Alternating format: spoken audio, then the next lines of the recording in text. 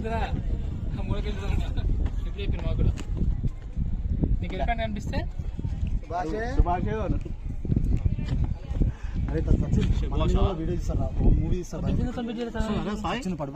అరే దీని కింద గ్యాప్ లేదా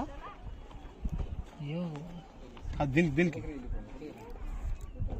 అనుకుంది కిందికి వెళ్ళి అనుకుంది. ఇప్పుడు ఫ్రంట్ సైడ్ నుంచి చూస్తే తొండంలా ఉంటది, అందుకనే దానికి అట్లా పెట్టారు ఎలిఫెంట్ అని. తొండంలాగా అనిపిస్తుంది, ఏనుగు తొండంలా ఉంటుంది. ఇదే ముందు నుంచి చూస్తే అట్లా అనిపిస్తుంది.